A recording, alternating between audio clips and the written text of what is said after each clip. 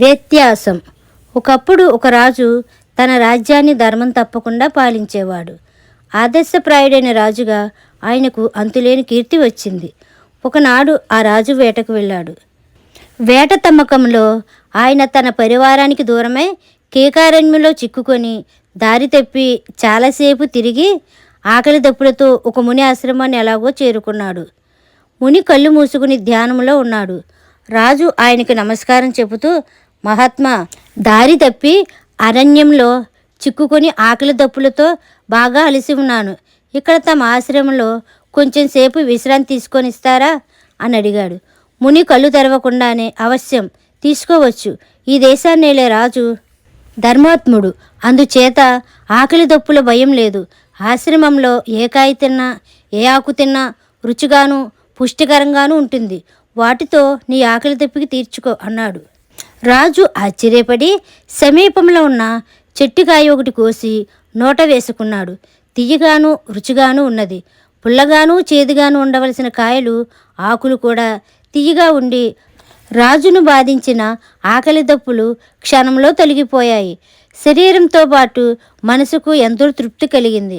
రాజు అక్కడే కొంతసేపు విశ్రాంతి తీసుకొని సంతోషంగా ఇంటికి తిరిగి వచ్చేశాడు.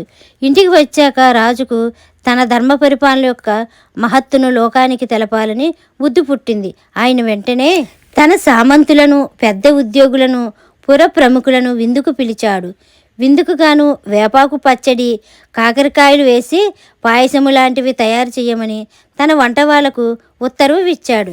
రాజుగారి ఉద్దేశం ఏదో ఉంటుందనుకుని వంటవాళ్ళు ఆయన ఆజ్ఞాపించిన ప్రకారమే చేదుకాయలతో వంటకాలు తయారు చేశారు. అందరితో పాటు రాజుగారు కూడా భోజనానికి కూర్చున్నారు. అయితే ఆయనకు గొప్ప ఆశాభంగం కలిగింది. తాను చేయించినవన్నీ చేదు విషం.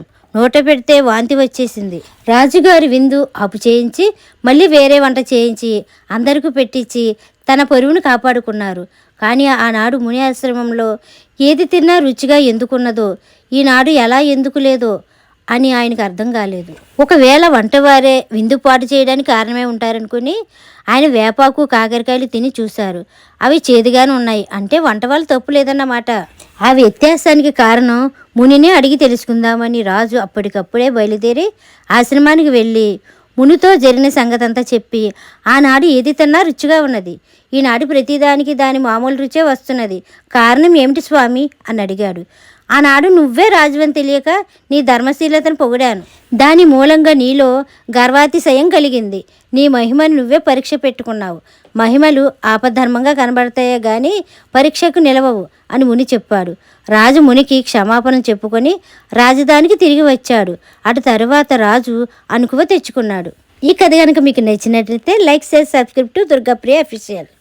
Thanks for watching.